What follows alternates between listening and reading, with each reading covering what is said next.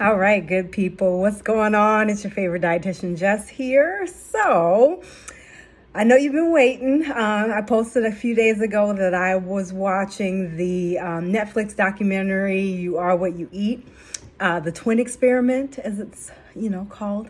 And you've been waiting on my feedback, and you've been waiting on, what my thoughts are. I know a few of you posted that you're interested to hear what I had to say.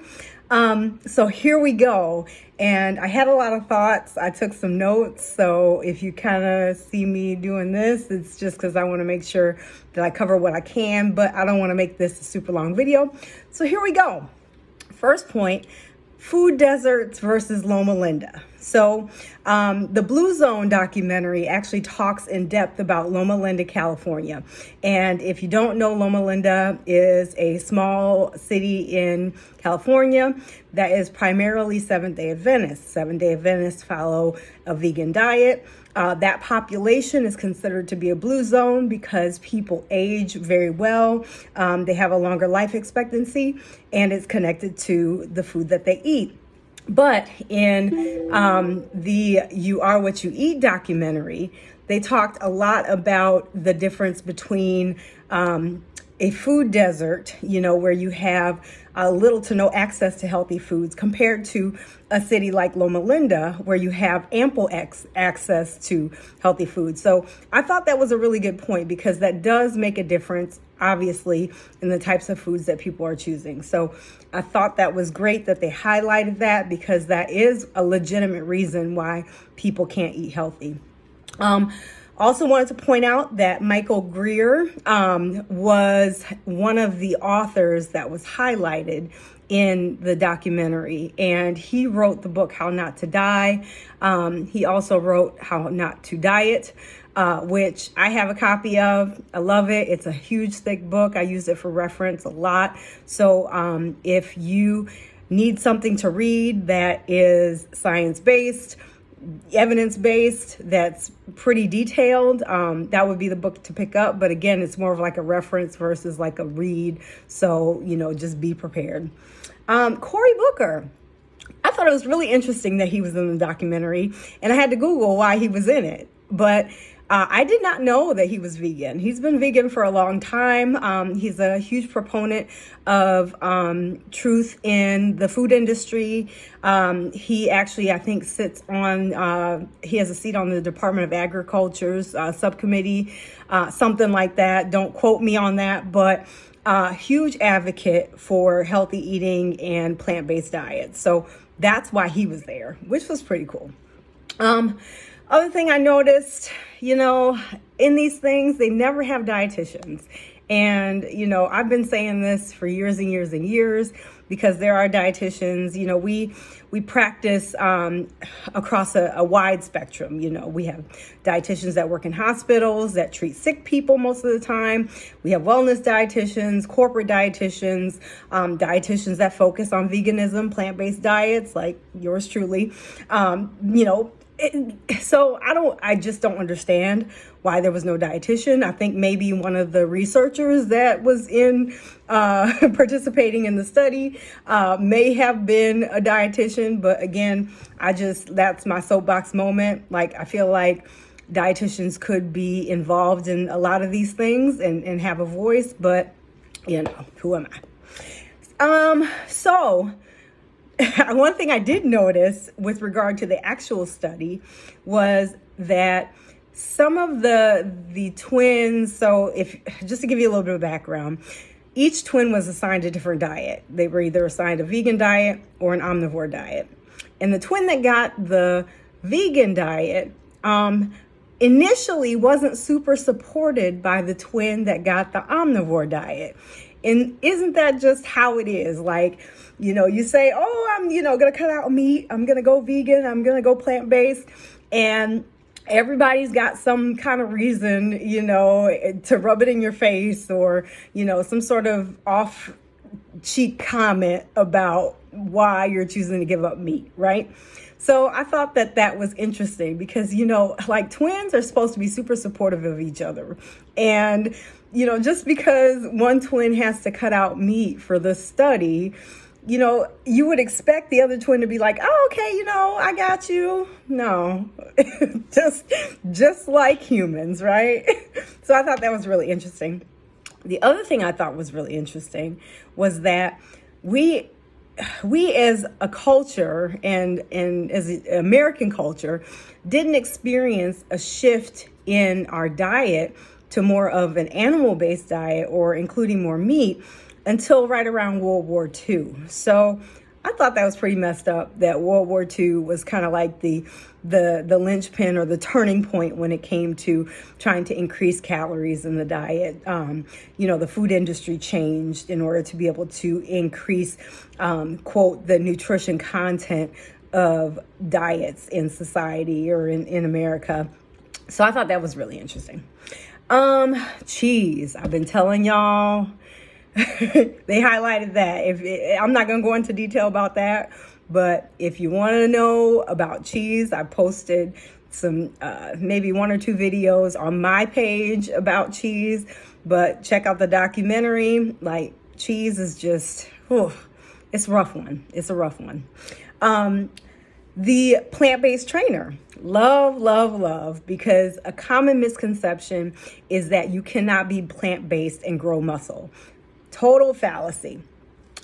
Lies. You can absolutely, as a matter of fact, there are plant-based bodybuilders out there that don't eat any meat, yet they're able to grow and maintain muscle mass. There's a way to do it. People like me can show you how. BMI. There was a discussion on BMI and how it's not accurate. I've been saying this for years that number one, you can't just look at the scale. You have to look at a person's complete body composition. So I'm glad that they were able to highlight the use of DEXA scans, the use of they did physical fitness assessments with regard to the participants, which was really, very comprehensive. So not only did they achieve a baseline when it came to the person's health, they didn't rely on BMI. BMI it is what it is, but I don't necessarily subscribe to it. Microbiome.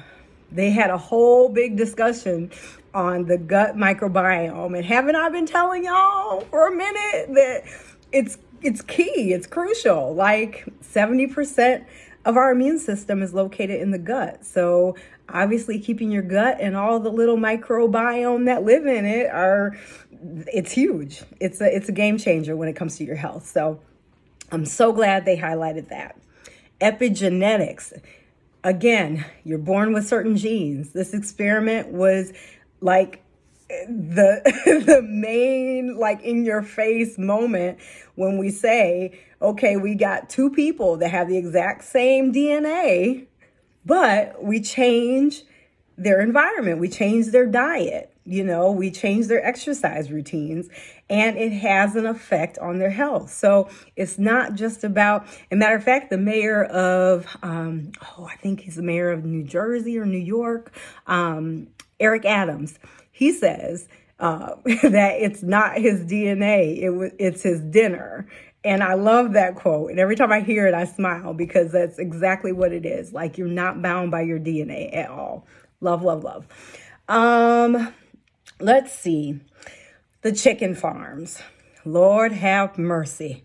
If I see one more disease-infested chicken farm on a Netflix documentary, I think, I don't eat chicken anyway, but y'all, I feel like Netflix has some sort of contract with the anti-chicken farm people, because this is the second or third documentary that talked about the chicken farm industry. So, yeah, you just got to see it. If you have not seen what they look like, it's crazy. And they also talked about how farm-raised salmon is actually raised too, which was really interesting. So again, I'm not going to go into detail, but that was kind of enlightening on, what that looks like, and kind of turning up my nose because that was really, really eye-opening for people that eat salmon. I eat it sometimes, but I don't know now. Shoot.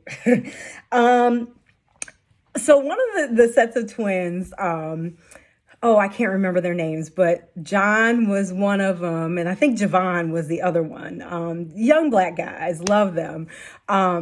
They had their little friend over. Her name was Kayla, and she had been raised vegan. And I love seeing her on there because number one, it was a young Black girl. Well, they weren't she wasn't a girl. She was in college. So a young Black woman that was raised vegan. And I know, if you didn't know, Chloe and Hallie Bailey, they were also raised vegan. So it's just so nice and refreshing to see these young people like catching on to, plant-based diets, promoting their health and them being able to cook, knowing recipes, knowing food choices at a young age so that they can grow and mature in that particular space. Because, it's so important that, we teach our younger people and our younger generation, what right looks like when it comes to their health so that they can avoid, ideally, a lot of the problems that, people are encountering with diabetes and high blood pressure and all of those things. So, double check my notes here. The last thing, my last takeaway, like I said, there were so many takeaways and this video is already getting long, is that I need to give mushrooms a chance. Like, if you like mushrooms, let me know. But I've just never been a fan, but they've got some pretty significant nutritional value that I probably need to incorporate in 2024. So if you see me posting about eating mushrooms or some mushroom recipes, or if you have some mushroom recipes, send them my way.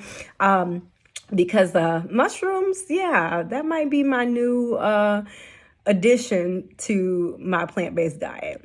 But yes, overall, very eye-opening study. The results were not surprising to me because it's things that I've seen before, working in this field and working with people. Just to summarize, a plant-based diet does improve health outcomes. It not only can improve blood pressure, sexual health, gut health, just being on it for 8 weeks made a significant change. I'm not, spoiler alert, they'll go over the changes in detail, but at the end of the day, I said what I said in all those videos, all my posts, I do truly believe that a plant-based diet is the ideal situation for anybody, healthy or not. So it's the best thing. And when it comes to diet, there's a good, better, best, right? So good is, maintaining, eating plenty of fruits and vegetables, incorporating those into your diet. Better is cutting out meat, so it may not be that you are completely 100% plant-based every day. You might, have a meatless Monday or meatless Monday, Wednesday, Friday, and that's better than, any other time. And, best is obviously cutting out things like, meat, cheese, eggs, dairy altogether, because we do see that they do more harm than good over time, long term. And I think this documentary highlighted all that. So if you checked it out, let me know what you think in the comments. Let me know what your takeaways were. I'm excited to hear. But when it comes to Netflix and food documentaries, there's a bunch of them out there. But this one, I think, really highlighted a lot of things when it came to not only a plant-based diet, but just what healthy eating looks like in general. So again, thank you so much for tuning in and feel free to comment. Talk soon.